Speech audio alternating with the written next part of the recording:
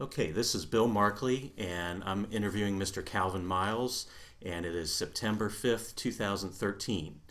And Mr. Miles, just to start out with a few basic questions, what's your birth date and birthplace?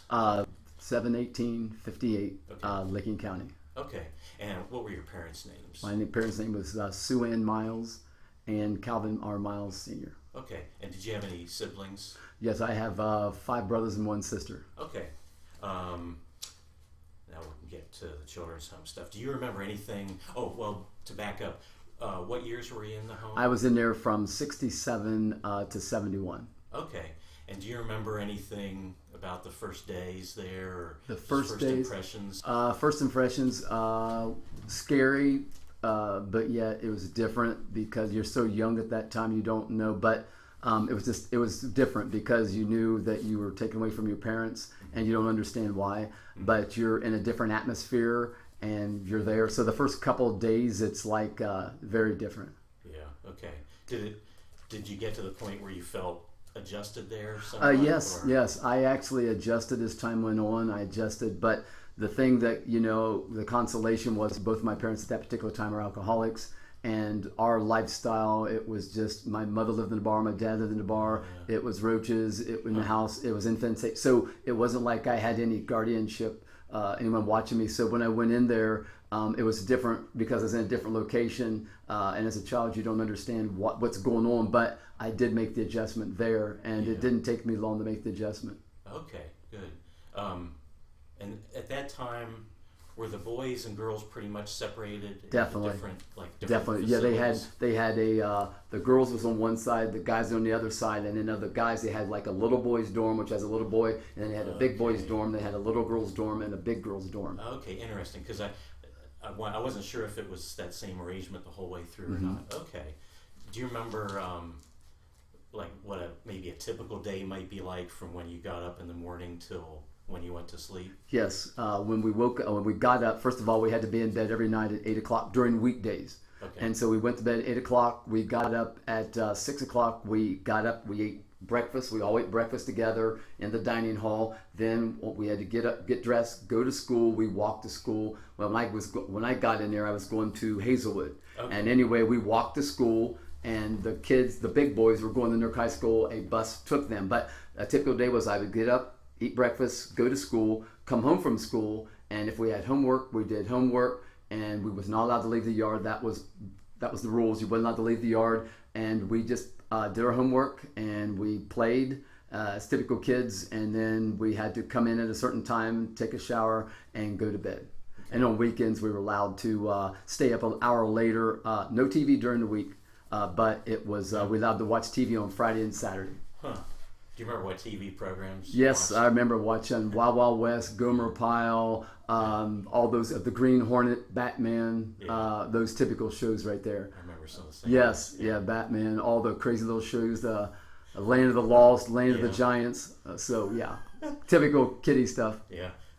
Did you mix much with kids outside the home other than at school? We had friends, but they were rather lenient. They weren't lenient, but if a friend or a kid got really attached to us, they could have went to the godparents or the people in charge and asked, was I allowed to go? Because my first year there, I wasn't, I had lots of friends at school, but we wasn't allowed to leave the yard. But there was, as time goes on, after a couple years, why I had friends who wanted to know, could I come to their house for a couple hours, and they let me go. And so I was very, so I imagine as I look back, they had confidence that I wasn't going to run away or do something like that. And so, yeah, but for the most part, no, it was like you had friends at school, but you were basically enclosed when you got back, when you got out of school. Okay. But there's so many kids in there and so many things to do that we play with each other. Okay. One guy from, let's see, he would have been 10 years old around 1951, early 1950s. Right. He said sometimes they would sneak out of the building and go to a store and buy candy or go to a movie. Were they strict enough so it would have been hard to... Yeah, it was sneak strict. out? It would have been Yeah. hard, because for one, they had what they called the books. basically we were not allowed to have any money on this. But what, like for instance, every first of the month was called visiting hour, and when visiting hour came, if relatives came, parents came, they were allowed to give us money, but the money was put on the books. We was not allowed to have nothing on us. So what we did was the money that the parents or relatives left us at the beginning of the month, it was put on a book, someone recorded it, and we had $1, $2, $3, where they left us. And then we were allowed to go to the store, but we had to get money off of our books. They did let us walk across the street to Cedar Market, which was right across there. There's another store down the street called Miller's, but we went to Cedar, but there was no sneaking because we weren't allowed to have no money on us. And if we were caught with money on us, it wasn't like they disciplined, they would just take the money from us and put it on the books. But we didn't have no money to sneak away to do that. So that was a big risk, but there might have been people. But when I was in there, from the tenure that I was in there was no one who did that. Okay. Because normally if someone did something wrong, everybody knew about it. Okay, yeah, it sounds like they changed the system a little bit. Now that, again, this is late 60s. Now 50s, you might have committed whatever. Yeah. Or threw someone over the bridge or whatever. Some of them, who knows? Yeah. Now, did you, the boys, did they have to do a lot of chores around? Yes.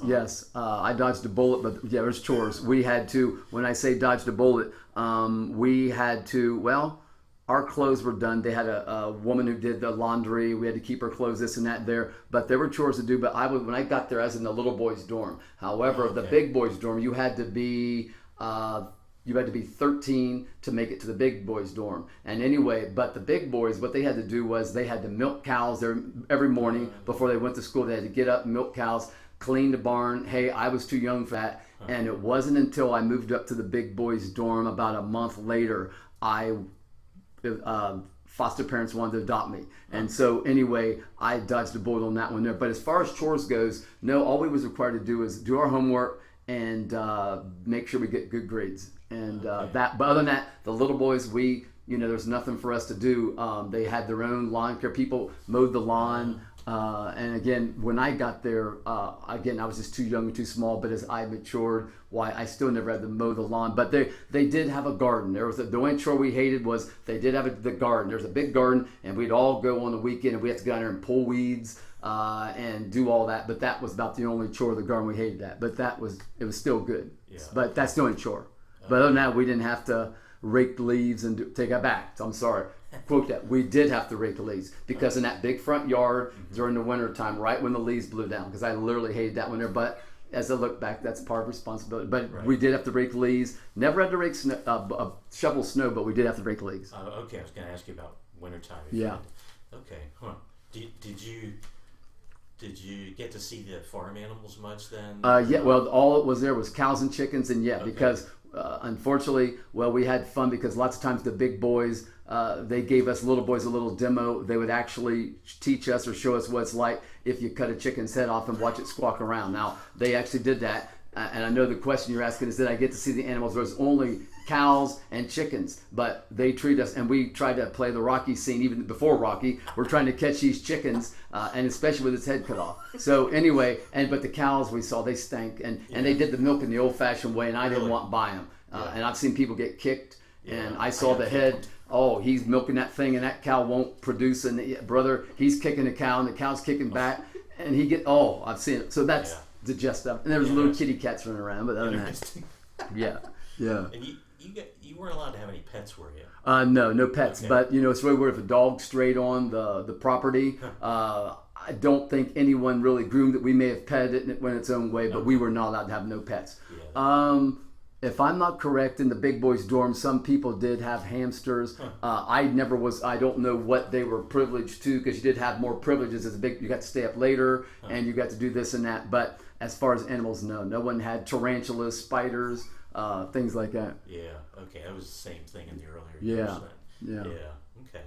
What do you remember about the staff? The staff, I can remember everybody. We had what we call, you had the godparents who were Mr. and Mrs. Goddard. They were in charge of the whole thing. And then we had our, I'm trying to use the word they used, but we had people who watched over the little boys, the big boys. And I remember the names so vividly because I was real good friends with them. Pat Berg, Earl Berg, and then there was Rex Robb, and then there's another woman named Alice. I forget her last name. But basically what they did was they were assigned a different shift. They all had their own room, and so basically, when we get up and do our get dressed for school, go to school, there was someone working the whole 8 hours. One would work one day, one would work the next day, and we had different godparents or I'm gonna say case workers or different people working the shift. Okay. But there's a word for that. It'll come to me. But the people were real nice. Don't get me. I'm looking at it two angles. When I was there, they were real nice. I really enjoyed my stay there. Yeah. As I look back, kids would be kids. I look back at the ornery things I did and got corrected for it, and they just did their job. Yeah. But it's funny because I met those same people on the street, and since that time, 15 years, 20 years after. And it's really funny because we look back and talk and this and that. But so my individual account, they were really good. They did their job, and I was just a typical kid. Yeah, good. Okay. What were things like with the other kids? With the other kids, you had a variety of kids. You had, because everybody coming from a different background, but there was unity. It's really weird. You had people who were slow, some who were energetic, some fast. But, looking at it, since I was in the little boys' dorm a lot, we mingled a lot because the big boys' dorm was above ours, little boys. But when we ate, we all ate together. Okay. But you had a variety. You had some people who were military, this and that there. But in generality, we all got along. I mean, it was a good variety. And then we even got to mingle in with the girls, so to speak. Okay. So it wasn't like they kept us a single apart, because I look back as a kid, the little girlfriends you supposedly have, you see them every day. And they didn't prohibit that. Now, don't get me wrong when I say prohibit that. You could say you're going together with a cracker-jack ring on your finger, but it was but there was no intermingling. That was forbidden. No touching, no this and that. So that was, exactly. So they were they didn't enforce that rule, but you knew that was not to be. Okay. As far as the boys and girls, was it mostly at meal times you mixed? Oh yeah, we had 3 meals a day. We had breakfast, we had lunch, and we had dinner. Okay. And then don't get me wrong, let's say we had our homework done. They didn't check on our homework. They just assumed we did. The grades would show up what we had. Well, we got to go outside and play. Well, we had softball we played. We had a little track. We ran track. There's basketball courts out there we played. There was a swimming pool. And so the girls and guys both got to do whatever. We got to mingle in with the girls, the guys, and everybody just, we all did our thing. Okay. And so it wasn't like, but there's plenty to do. You could just create your own little thing. Yeah, sure. So you had to be creative since you couldn't go on the street. What can you remember ways that you were that way? What's that? Ways that you did get creative about sort of entertaining yourself? Well, believe it or not, we did play. Like I said, it was basically lots of times it was softball. Yeah. We played football, touch football. We played. That's my phone over there. We played touch football. We just did crazy, a Red Rover. We did crazy. We high jump. We did. We act like you see these shows on TV, and you try to be. We really create our own. We played in the sand. Yeah. They had a big sand box. We threw shot puts. We did some of the craziest. So it was very. But then at the same time too, Christmas. We all look forward to Christmas because we did get a lot of stuff for Christmas. Christmas and Secret Santa. We got a lot of stuff, and those toys, if you took care of them, lasted you a while. Did you get to keep? Oh yeah. We got to keep them all. I look forward to Christmas. That was because we got like right now you have big brothers, big sisters, or adopt the family. Well, they had us make out a list. We had these like Sears catalogs, pennies, and you made out a list of what toys you want. And heck, I had like 15, 20 toys, and you don't think, well, believe it or not, I've got most of those. And then we'd all meet at Zerger Hall at Christmas time, and we'd all open our gifts together, and that we look forward to that. And then we had Secret Santa. A bus would take us over to Columbus to Secret Santa, and they treat us to a meal and another. We look forward to Christmas. So beyond our makeup games, our make-believe games, our imaginary friends, so to speak, we enjoy Christmas. Okay, good. Yeah. One of the guys who was there in the 40s and 50s, he showed me around the building a little bit, and do you remember where the baseball field and the basketball courts were? Yes. Were they kind of behind? Yeah, they were behind the building, because if you was to pull right into the children's home right now, and you're at the side of the building. Well, the baseball court was right there, and right behind the building, the basketball court. Okay. It was a double basketball court, and then to your left was a sliding board, and you had the swimming pool, and then they had a guardhouse. Basically, it was like a little shoulder house for girls. It's an open thing. You can just go there if it's rain. We could go out. Let's say it was raining, and we didn't feel like staying indoors. We could go out there to the guardhouse and just sit there and read or do whatever. Okay. I mean, they actually let us be for the most part. I mean, if we behaved, we didn't pick on anyone, we got good grades. Why? The godparents, no, they just, hey, they had their own little TV room. They was upstairs doing this and that. And so, Okay, good. so yeah, they let us do our own thing. And you said about going to Columbus. Did you go on any other field trips? Well, what was it? Trying to think. Field trips. No. Well, yeah. Now at school we did. Now at school. At school we did. So there was part. Oh yeah, we remember going to the zoo. We went here. We went to COSI. So we did go. But as far as going anywhere else, no. Believe it or not, one year I think it was like '68. Yeah, I know it was. In '68, when the Newark High School Wildcats, I think, made it to the state finals in basketball, they actually allowed a bus to go there. Now, also too, we went to church and from the children's home all the way down to EUB. You know where Dagwood's restaurant is? Yeah. We walked from there to church every Sunday. So they let us go. They gave us liberty. And like I said before, we didn't have money to stop and buy something, or but it's the same scenario. But so we had our privilege, but that was about the extent of it. If something special came up, and I think if the big boys asked and persuaded the godparents, they might have made arrangements to let them go. But see, I was in the little boys' dorm, and the big boys did all this, did that. They let them play track, they let them do sports at school, and so I had liberty because I went to Hazelwood to do whatever. Okay. And so Good. It seemed like back in the earlier years, the Boys and Girl Scouts were pretty active. Were they? Okay, yes, and in fact, I'm glad. Yeah, I was in the Boy Scouts. Okay. Yeah, I was in the Boy Scouts. Now that was fun because we went to a Boy Scout camp, and it was for a week. And I'll never forget. It was out there at Camp Fawn Rock. Yeah. Yep, we went there. I was in the Boy Scouts, Troop 11. Because I remember so vividly trying to get my merit badge. And believe it or not, I was really into butterflies and moths. And so I'm out there even during the daytime. I was always had my little net, and I'm looking for butterflies. And I would pin them down, but I remember going for my tenderfoot card and all that crazy stuff. I remember a little bit of that. But I'm not cut out. When it came to knot tying, I was over with. So So anyway, so we did have the Boy Scouts. I don't think it was Cub Scouts, but Boy Scouts. Okay, yeah, that's what the other guy said. Okay. Let's see. I think you're pretty much covering the questions I had. Okay. This is just opinion. Some people have a lot to say about this, and some people have not much. But as far as what things are like today, do you think if it was run in a good way, would it be a good idea to bring back institutions like that? Or do you think it's better if it's run the right way, I would definitely say yeah. Okay. And again, I say that because I look back from before I went in. I remember during and after, and the only thing that I realize now, but I don't hold that as a grudgery, is the fact that they treated me good in there. But I never had a childhood. But as I look back, you need your parents from those years of 9 to 13. When I got to a foster home, I was sent here. I didn't like the foster home. In fact, I eventually did run away.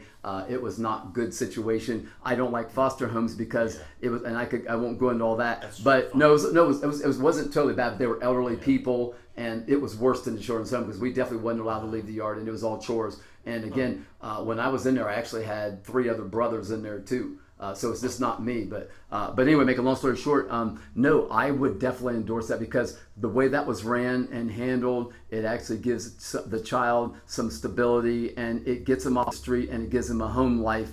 And the only thing I would probably recommend and say that is if they get out, before they get out, send them. They have these halfway houses. Someone gets out of prison, they have a halfway house, getting them ready for the new world, so to speak, because you're getting out. You're confined and behind solitary confinement. Now they take them to the halfway houses to get them ready to brace the world. Yeah. Well, I got out. Of course, I was sent to a foster home, but if the parents want you out, if the parents cleaned up their act or whatever the reason was, if they undid the reason why we were sent in there, that's good, but then you just miss so many years. And again, everybody's tenure was different. Mine was 5. It seemed like a long time, maybe going on 6, but everybody else was in there maybe shorter period of time. I've seen people come and go, but I would definitely endorse it. like I said, because when I got out, why I was back with my parents, and again, my mom and dad were divorced. My mother was an alcoholic, and even though I got out of the foster home, I'm back with my mother, who's an alcoholic, who lived at Lucky 7, Barney Susie's, and again, I got to roam the streets, this and that. But you don't know where you're at. You're trying to find yourself in life, and I say that only because of the fact that now that I've gone through all that, I do a lot of speaking as a personal trainer. I speak at schools, youth groups, and I have a lot of people, a lot of big shot people who would love for me to go speak to the gangs and the blacks, and I don't get caught up in this race card, only because of the fact that they, a lot of people, out east feel like, well, there's no hope for the blacks. The reason why they carry guns, and lots of them do, is because, there's no hope for the black. And I beg to differ because, although I got out of the children's home, I went through all that, went through foster home, found my mother dead, found grandmother dead, I could go on. Why I don't use that as a bitterness towards white women. I enjoyed it. I was raised by white people. In fact, there was very few. I think I might have been, me and my brothers might have been the only blacks in there. There might have been one other in the 5 or 6 years on the other side that we knew. So I don't use that. But I always use the negative as a positive to help me. But in answering your question there, I would endorse that because it was good. If it's ran good the way that was, I have no qualms. I would not undo that right there. But I think that you need to prepare them, though, too, for, all right, you've been confined here. And, of course, being so young, they just assume you're just going to wean yourself back in there. But like I said before, it just put me in my own little world, and you don't know what to do when you get out. I can only imagine with these prisoners when they get out, you're confined so long, and after 20 or 30 years. So yeah, I would endorse that. You said you've managed to turn negatives into positives. Oh yeah. Where would you say that comes from, and how would you say that you became successful and okay, well, you obviously made a lot of yourself. Yeah, well, what happened was when I got out there, I was totally lost. I remember so vividly. I went to the foster home, and me and my brother got sent to a foster home. They were very mean. He eventually died. I was stuck with her. I was going to Licking Heights in Columbus, and eventually we got to the place to where I just ran away. And eventually the caseworker, I remember her name is Schaefer at the time, she let me come home to my mother. Because, and so anyway, I came home to my mother, and anyway, she was an alcoholic, so I got to run the streets and do whatever. But again, you don't know where you're at because you never had those in-between years. Anyway, what happened was it's really weird how I got into it. I was just a little kid, and I hated life. I mean, I'll be honest, in my mind, I really hated life because I just, why did this happen to me? But I didn't understand as a kid why. So anyway, I would always go down to the arcade tunnel. And I had me a little bike. I'd always ride my bike everywhere. And I'm 14. Mother didn't care where I was at. My dad was divorced. He was still an alcoholic. So I would go to that arcade tunnel, and all of a sudden I started to read those muscle books. And all of a sudden I saw that picture of Arnold and all this, Arnold and Lou Ferrigno, and I said, that's what I want to be. I want to be a way that basically I wanted attention. Because as a kid, you don't know any better, and I wanted attention. And so I would go down there every day. I'd take my money. I got a job, and it's really weird because I was working, and I was making, I think, if I'm not correct, $1.75 an hour, and I was making like $70, $80 every 2 weeks, which is a lot of money for a little 15-year-old kid. And I'd ride my bike everywhere, and I'd conserve my money, and I'd buy those muscle books. And all of a sudden, I met a guy named Roy Kelly. They own Kelly's Dairy. And anyway, I started lifting weights. But I'd buy those books, and I wanted to be something. I wanted to lift the weights. Now, again, not knowing that Arnold did all the steroids and that, I just wanted to be big. Sure. And so anyway, I started lifting weights, and then all of a sudden, before I knew it, I managed to get money to never couldn't afford a gym, but the guy had all the weights in the basement, my friend. And so we kept lifting weights. I started getting bigger and bigger, and eventually I hit 228 pounds, and I was really big. And anyway, what happened was, it's really fun. You'll get a kick out of this. I was working as a fit instructor at the Advantage Fitness Club. I was not certified as a personal trainer. I wasn't a personal trainer. And anyway, I trimmed the woman down from, here's how I got into it. My life changed. I trimmed the woman down from 250 down to 150 in 8 months. I had a lot of knowledge, but I had a 37-inch waist. I was double the size. Anyway, she was pretty wealthy, and she went out and told everybody. And for long, I had the mayor call me. Then I had Gary Billick. Then I had Dave Longerberger, the basket maker. And before I knew, I was up to 5, 10, 15, 20 clients. And anyway, I thought, wait a minute, I was in a business not realizing it, and I kept trimming them down. And for long, it's just up to 30, 40. And so anyway, I got certified. And after I got certified, what happened was the reason why I got certified was because after I trimmed all these people down, there were 6 people in the gym running me down behind my back. They said, he thinks he's a trainer. Look at him. And anyway, I spent thousands of dollars trying to get that weight on. I mean, I drank 17 cans of Pepsi a day, a pizza every night, a gallon of milk. I took in 12,000 calories. I went from 150 some up to 2. Anyway, I got certified. And after I got certified, it said whether the trainer wants to accept it or not. People are going to judge you by how you look, what you know, what you say. So anyway, I trimmed down. And won a lot of bodybuilding shows along the way, and that's how I got into the business. And what helped me out then was because my job as a trainer is to encourage, and my job is to get people in shape ASAP where they don't need me, and then I don't advertise. And the key thing is, like I said before, is I've got to be positive, and I'm one who puts things in perspective. I did get saved. I go to church. I did get saved, and I don't use religion as a crutch, but I did learn to decipher what's right, what's wrong, and I looked at my own life there, and I don't use anything. I'm very confident, and that everything happens for a reason. Leave the spirituality out of it, but everything happens for a reason. And my thing that helps me out, as I tell all my clients there, is just dealing with the nutrition there.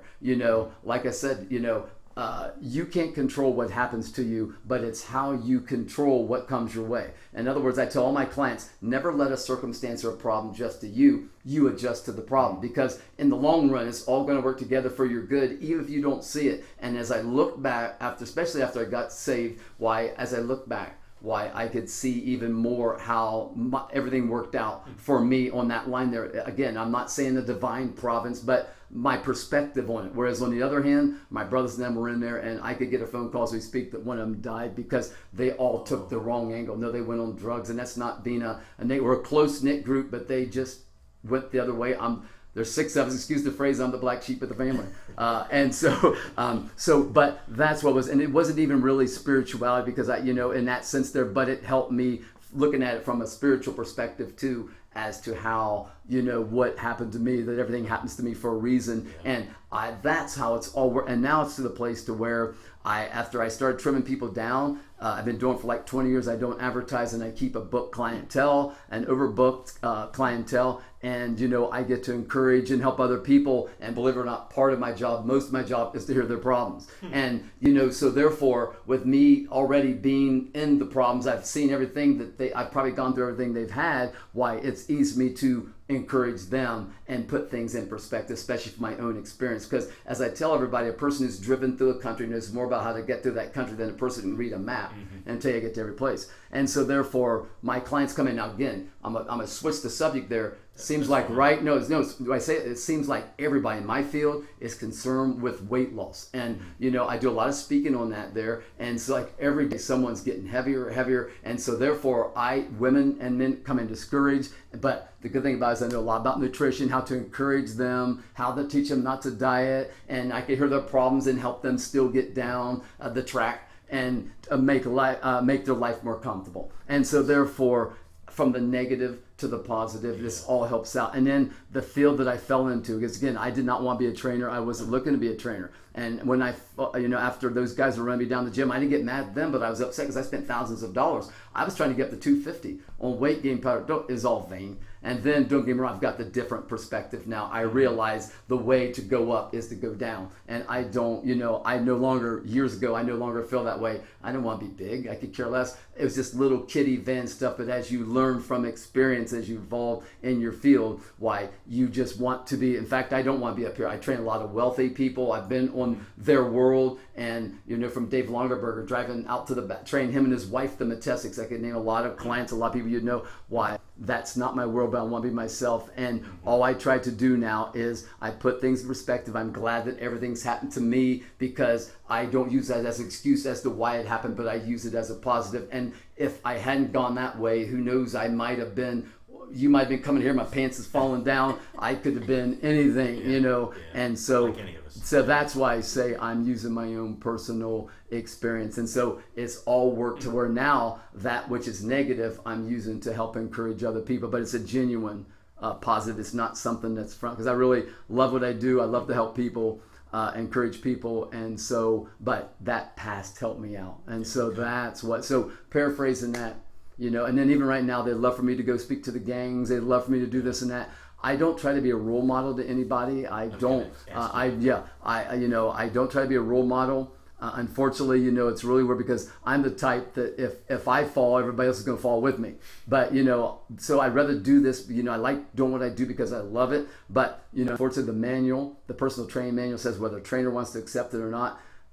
They're a role model, whether they want to accept it or not. People are going to watch how you go, where you dress, what you say. And so I've learned to accept that, but still I'm the type that I stay low-key under radar. I don't exalt myself. I don't toot the flute. I prefer others before myself. And I really am a good listener, and I'm really quick to come. If someone has a negative comment about themselves, I'm eager to come and twist that around to their advantage. And so a lot of wisdom. And so basically you can see what I do. I use the negative and turn it into a positive, and it's an everyday process because I don't know what problems I'm going to hear before the day's up, but it's ever going. But it teaches me too, because at the same time, I learn from my job. Just like you could have went to school for what you're doing, you learn more from experience than you did from the book. And so that's what we're saying. And so therefore, from the experience of my life and contrasting that with what's going on now, I've learned how to put everything into bright perspective, not holding any negative towards any culture, race, my parents or nothing. But hey, forget those things which are behind and basically reach forward to the more positive things and use those as stepping stones, because that's the way life is, even in generality. I mean, you can't control what's going to happen tomorrow. I don't know what's going to happen at 4 o'clock, but don't let it get you down. Just be positive. And again, like I said, I've had a lot of crazy things. I had a brother hit by a train. I had my mother, found my mother dead, my grandmother, my father's passed away. But those things happen. They're realities. Yeah. And so you see what I'm saying? So use positivism. So therefore I use that as a past and with more understanding now as a positive to help encourage other people. And even though I'm dealing in the field of fitness, they have other problems or things that affect them from girlfriends, from why you can't get to, you lose the weight and all that stuff. So you get to pitch it. It's tied. It's all cute. It's all cute. Tied together. Yes. Yes. Yeah. Sure. Yeah. That's inspiring. Yeah. And so therefore, I'm very, like I said before, but I don't take credit. Again, I'm using everything, all the negative that happened in the past has made me what I am. And I just try to be a better person. I don't try to live to please people, be people. I try to be myself. And at the same time, since I'm in a field that throws me into the spotlight, although I'd rather be under, why I use that to glorify my clients and to get my clients, to let them feel that, I'm concerned, care, because even if I came in here with a frame of mind, a closed mind, they have problems about their weight. When you deal with, in my field, I'm telling you right now, over 3/4 of the population is overweight. They said by the year 2015, the whole population is overweight. Along with obesity comes many physical and psychological problems. And it doesn't matter whether I train my clients. It's not what you do that hour in the gym. It's the other 23 hours. And they build the house when they come to the gym, but they tear it down. And so therefore, when they come back in the next time, I hear what happened when they tore it down and excuses why. And so I'm always dealing in it. But again, I know how to overcome their evil thoughts or their negative thinking with positive. And so therefore, but I never would have had that if I hadn't experienced it back here. Yeah, sure. That makes sense? Sure, a lot of sense. Did you, when you were at the children's home, were you the kind of kid who wanted to stay under the radar like you? Oh yeah, yeah. It was really funny. I was one, but believe it or not, I was really athletic. I really showed. In fact, take that back. One other thing we got to do, they had a Michigan youth camp. And they had a camp we got to go to for a week. It was in Michigan. Rockwell Standard at that time. And anyway, I'd always win the track trophy. I won the high jump trophy. I was rather a gifted athlete. I mean, and I say that there for my little kiddie age at that time. I mean, you could throw me a long bomb on the football field playing with the big boys and I would catch that thing. And so I was rather gifted. As I look back, kid, I mean, I could run on gravel and barefooted. And I mean, I'm talking about blaze and beat people. Brother, I couldn't touch nothing like that now. But anyway, I was rather gifted. And I drew a lot of friends because people saw the athleticism.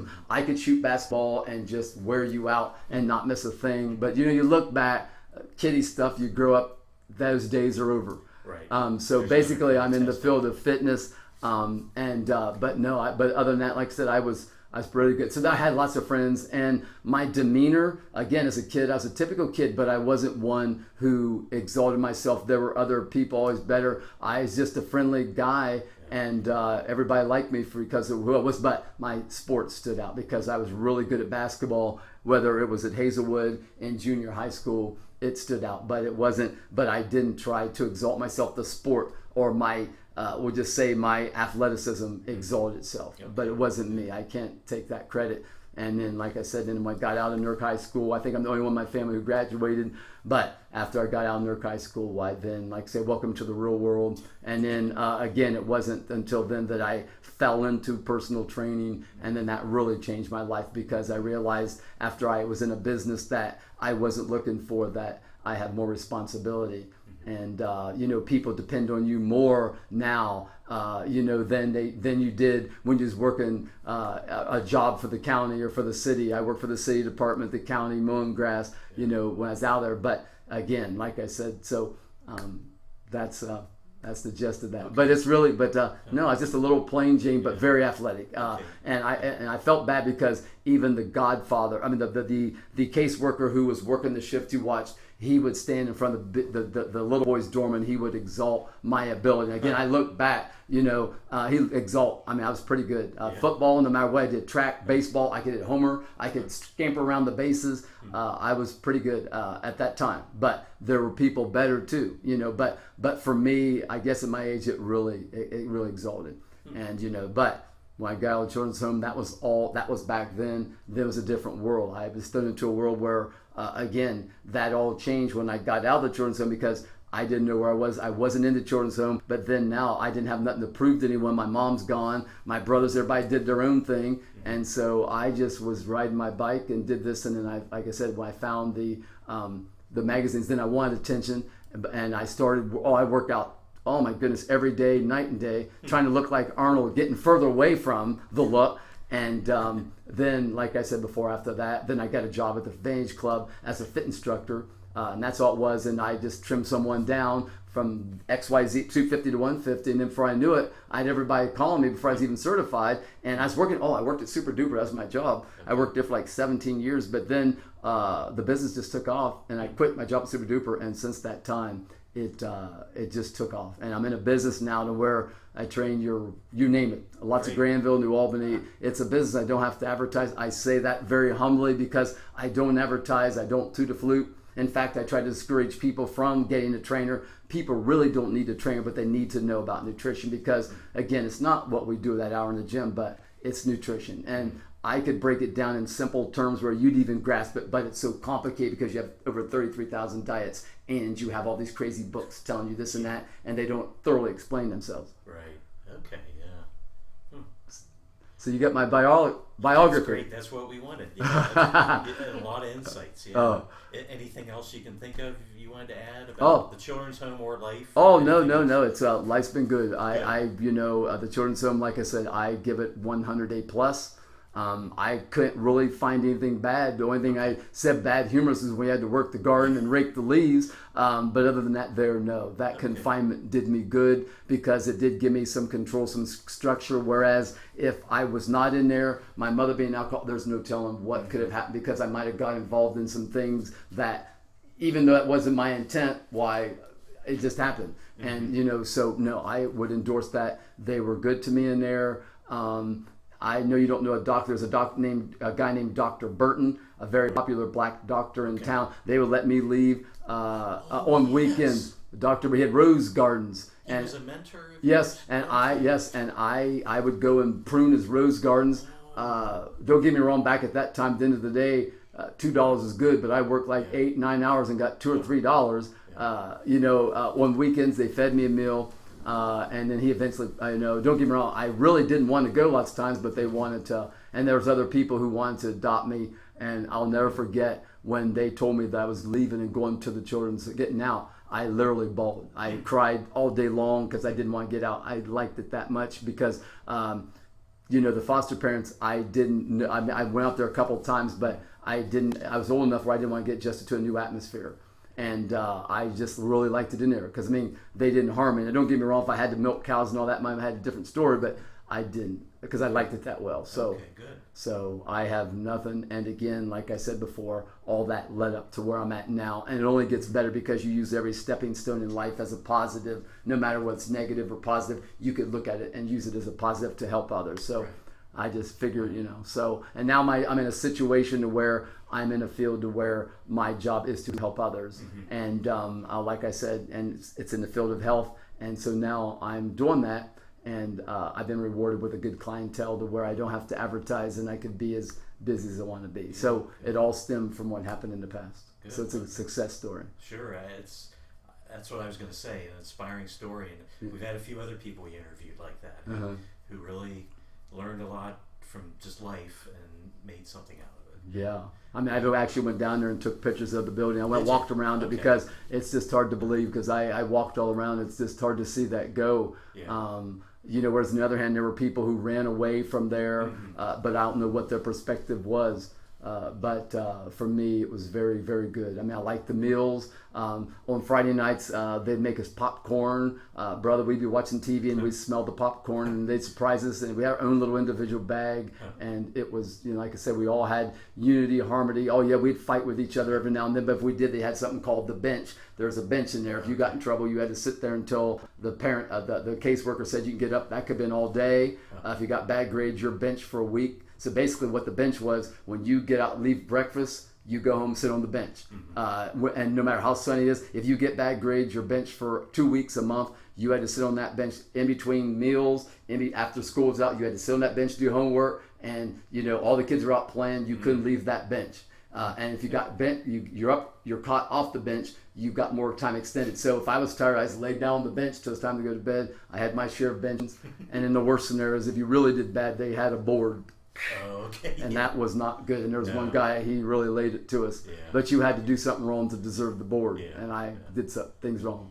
Yeah, I have some of that in my background. Oh, I hate it. Even at school, yeah. Yeah. Okay. Well, that's great. I appreciate your thoughtful comments. There's a lot of good information there. And unless you can think of something else, I guess we'll. Oh yeah, wrap no, up, so. no. I tried to keep it in perspective with what you asked, but it's all good. So, like I said, all good. I could say a lot, but there's nothing. Just keep it in the context. It was all very good. Sad to see it go. Yeah.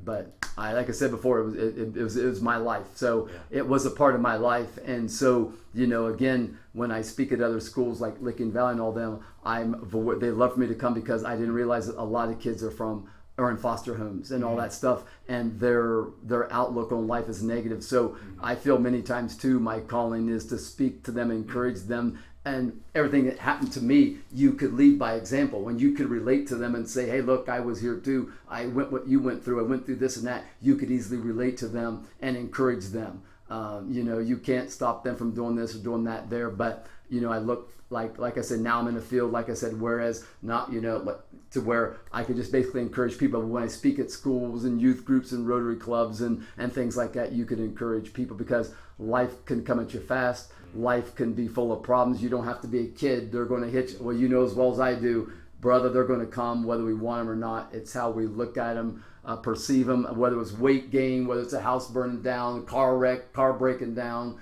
bad feelings, bad relationship, they're going to come. And so therefore, I'm the same person in the midst of no matter what the situation is, and I try to encourage my clients too. And then when you get into the field I'm in of weight gain, brother, I'm telling you, when you train women, it doesn't matter how lean they are or how lean you get them. If they start feeling bad about themselves, it doesn't matter if their husband's nice, if the kids are nice, if they have financially set, they'll start wearing baggy clothes. They're trapped in their clothes, and you've got a nightmare on Elm Street. I say that because most of the guys I train, most of them, they're not worried about their weight. They're trying, but the women, and plus, I'd rather see them sensitive than non-sensitive. It's a nightmare because you don't know what to expect. Like I said, even before you guys, I start my day at 6 o'clock in the morning. I train a lot of wealthy people, but it doesn't matter who you are, Jerry McLean, no matter who you are, brother, when it gets to the weight thing, so I'm in a different calling now, and lots of my callings or my encouragement comes from fitness. But when you start gaining weight, like I said before, it's a different world all itself. And so thank goodness I have a lot of experience on that. That's my specialty. And it's really funny because although you didn't complain about your weight or anything like that there, that, brother, something's not right. I got you see, you're not going to be like the women. You're not going to verbally express it, but in generality, and no one needs to know, and so, but I'm in a field where I verbally hear it, but that's my job. And so therefore, and so you get the gist, but again, it all comes back from what happened in the past. Yeah. And so other than that, like I said, it's all good. So I hope I answered everything you'd want. Everything I had, yeah. Unless you had anything else, yeah. No.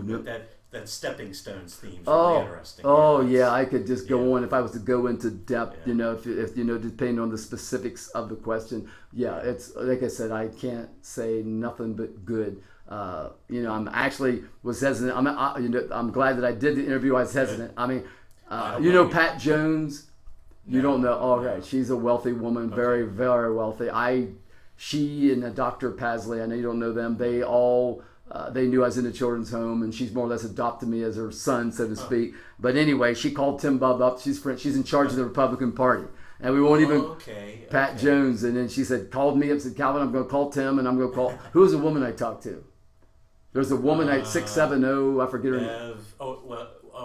Katie, my boss. Okay, yeah. She called and yeah. said, Pat Jones called and said, you need to do this interview. And I'm Okay. thinking, Pat, and so Gee, thanks a lot. what Pat says, brother, you don't offend Pat. And so, Okay. so I'm here, I could have been out mowing the grass or something, which I don't mow grass, but anyway, so here I'm here. It's because, if I didn't do this, she would be offended. So she called me up, special call. Well, we appreciate that she talked you into doing Yeah. that. So I hope it's helpful to you. Very helpful, and not only because we don't have too many people, we haven't interviewed too many people from the time you were in there, but also just your perspectives on things are really thoughtful and important. Yeah. So it's Yeah. very worthwhile. Again, like I said, I imagine we all were in there because our parents couldn't take care of us. So I don't know what the logic of everybody, because everybody was in there for a different reason, whether parents passed away. But mine, like I said, I was close to my mom and dad. We were close. And like I said, we were stuck in there, and I could remember so vividly when I got there. It was just so weird, different. I adjusted pretty fast, but again, like I said before, so you had your heartbreaks in there because there's many months went by that my mom and dad didn't come visit me on the weekend. No one came in. So basically we were sitting in the little boy's room waiting on, because it was visiting hours from noon to whatever, and no one came, and this months went by, and that's when you begin to think, and you don't know what's going on in the outdoors because they weren't allowed to call you. You weren't allowed to call them. Yeah, you wasn't allowed to call. We could write letters, but they never wrote. And again, I don't have no regrets about that. But that's, as a kid, that's disheartening. Many a times. And then you don't have no money on the book, so you can't get no a nickel lot back then. Right. But you didn't have no money on the books, and they didn't come lots of times. And when they did come, there was an excuse. But I don't hold that against them because they were as I look back, and even right now, working with a lot of alcoholics, this and that, and so many doors for me to work with that. It's just like I have no qualms with that. But that's about the only heartache, was when they didn't come visit. But other than that, the rules that they had were not rigid. I can understand why I wasn't supposed to leave the yard and all that stuff there, but we had tremendous privileges there. And I just figure everybody came from a broken home, which is why we were there. And like I said before, I wasn't thinking that way all the while I'm in there. I just existed and went with the flow. And then after the fact, it wasn't really as bad as I thought. It was the foster home that I didn't like. And then after the foster home, then like I said, there was another transition, because again, I'm back to where I was before. I went into children's home. I'm back with my mom and dad, and she was never home, and she spent up the welfare check. And it's like, I did get a job, then I just ran the streets, but when I say run the streets, I just rode my bike everywhere and come in when I wanted to, slept 12 hours a night, got up and just did my own thing. But you're not getting nowhere. And it wasn't until I looked and saw the books of Arnold, that's what I want to do. I mean, now I look back, I could care less about that. I care less about being that big. It's just kiddie stuff. But I learned years ago that that's not what I want to be, because I'm not arrogant, and I don't try to, like I said before, I don't want to be all that. I'd rather just be under the radar. I guess being in the field that I'm in, many times that's my hardest part, is I don't like being in the spotlight. I mean, you could go my wife will tell you, we could go sit in a restaurant and we're just talking amongst ourselves. Someone will butt in. We can't even sit in local because everybody knows who I am. And I say that humbly, but you can't. We could walk through the mall. Someone knows us, and we could be. And I said, and they'll stop. You need to help me with a diet. And but I have no qualms. I love to help people. I will help them. But it's that which I wanted to be turned out more than what I bargained for. And it could be, it could be very, if you're not careful, everyone, I'm appreciative, because by the same token, I could be unemployed. So I'm very thankful, because I could be unemployed. And so I just, but by the same token, I'm in a field that, and then, We both do. We both work out.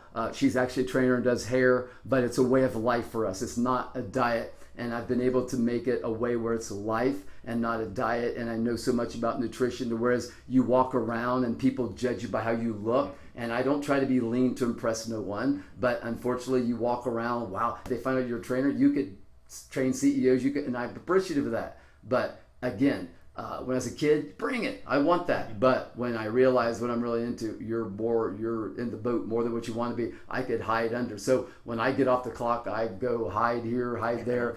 Introvert, and extrovert out in public. You know as well. You're in our own way. It's like, hey, there's times you might not want to do this, but you're going to put on your little happy face. You're going to do it and get it over with. So we're all in our own way, our own business. Love what you do, but it's like, look, gotta get away. Gotta get away from people. You're gagging me. Yeah. So there's so more life than work. yeah, and so that's what I got. And so it's really weird. But love what I do. It all happened. I'm just eager to see what lot is coming my way later on, because I'm in a field. It opens up many doors, and but again, you have to start humility before honor, and just have fun. Interesting. And get you back in the gym. Yes. So put that on there. I'm inspired now. Yeah. So but whatever you do, don't all you have to do is exercise. Just looking at you, all you have to do is exercise. Don't diet. If you do, eat smart. Okay. And if you had any problems, I'm at the Advantage Club. You see me at the Y. I will give you free pointers, advice. Okay. I will help you out. I'll try not to take advantage of that too. Oh no! You're a good chap. No, we love. I don't want to fright. We love what we do. Oh no, good. You're a good chap. That comes through. Yeah. But you wouldn't want to work out. I mean, you want to do something for you. Most cases, the women, unless you've just got a goddess of a girlfriend, why she's gonna have problems, and they can never be too thin. And you dare not say anything. You let her open up, and then you couldn't say anything if you're not going to the gym. So, but anyway, I would help you out. But I do a lot of favors for people. It's not. I don't want to make it sound like I'm not appreciative, but it could be because I didn't ask to be up here in a sense. I just love what I do, but people tend to put you on a pedestal, and I don't. That's not me. I don't want to be on a pedestal, but I'm in a situation that you walk out the door and people. I mean, I've been doing it so long. And judges, lawyers, everyone knows who I am, and I say that humbly. But it's just like I say, your life is not your life when you leave here, and so it's really fun. I turn around a lot of business and a lot of spotlight speaking engagements. Is like, look, I really don't want to be out in the spotlight. So if it wasn't for Pat, anyone else would have called me and asked me to do this outside of Pat would have did it probably, because I could care less. I mean, whether I had a picture and advocate front page, I don't care. Right. But it's all I would do it. But I'm glad I did do it. I really enjoyed it. And if it could help someone, encourage someone, some word I said, whatever, they could feel free to talk to me. I'm just open about whatever. There's nothing bad to say. Okay. Well, great. Yeah, you could. Yeah, I mean, it's really funny because like I trained the president of Park National Bank, and they asked me to do a photo shoot for the bank. And so I did a photo shoot, and they put it all on these big billboards. Now, you're coming in from Utica, going around the corner, there's a big billboard of Calvin's mugshot. And anyway, it says, Parky's a 10. Now, I didn't say all that, but they took the picture, and it's on DO Drive, and everybody's walking up, oh, we saw your picture. Many of my clients went to the bank and said, can I have that picture? It's like, it's just a picture. I'm rather flattered, it's like, dude, I didn't say all that. But, I mean, and I don't, who cares? And everybody, everywhere you go, oh, I saw your picture in Pataskala. And I'm cringing inside but I did it because I train a lot of people, and kind of we think it'd be nice if you did it for us. Well, I'm bank at Huntington. But anyway, so get the picture. Yeah. That's good that got and I say that again. So I never know what I'm gonna get into. A lot of people they love for me to come and speak, and I bring it down to their level. Though it's not about me. When I go speak somewhere, I bring it down. I'm there to highlight on the subject that they want me to speak on, but I'm there to answer their questions. And when it comes to fitness of any age, everybody has a question of some sort, and I feel good knowing I leave there. And it's really funny because when you leave there, they want you to train them, the teachers and everything. And I just thank God for the business that I'm in, because it's one. But my reward is if I can encourage someone and I can enlighten someone. Again, we'll go keep it in context of the field of fitness. Why? then I've done my job. And so that's what I'm having fun about. And so it takes me on many journeys that could entertain you much, but there's no negative in this. It could be overwhelming because I feel deserving of many things that come my way, because in my own mind, I'm just a common fellow. I mean, even if I hit the lottery and had $1 million, you wouldn't know it. I mean, because I would probably I would still shop at Payless or Walmart. I don't have to wear, I don't care. I'm just a low key. I mean, I don't need all that new stuff. I don't have to have a new car, a mansion. No, you would never know it. I'd probably give it to the poor. Good. I'd stand on the street, work for food or something. You know what I'm saying? Yeah, sure. She might have to stand on the street and hold a cup up for my funeral if I give all the money away. Yeah. But anyway, that'd be terrible. So anyway, I hope I entertained you. Oh, entertained and much more. Okay. With all those good perspectives, like I say. Yeah. Yeah. So okay. Well, Yeah. we'll sign off for now. Okay, But, yes. If Mrs. Jones ever calls you again, we'll be glad to come back. Oh, So- yeah. Well, we'll see to it that you get invited to her Republican fundraising. You're Okay. probably Democrat. No, I'm But not no, actually. and what's even worse, I don't even vote, and I don't knock the issues. But she invites me to all these, and I'm in all these big shots. I mean, she has I could name all these Ashbrook, everybody. yeah. Yeah, Yeah. I get involved in a lot. So what Pat says goes. Okay. That's off the record. Yeah. Okay. All right. Okay. Well, thanks a lot. We Uh-huh. really appreciate it. Okay, you get it.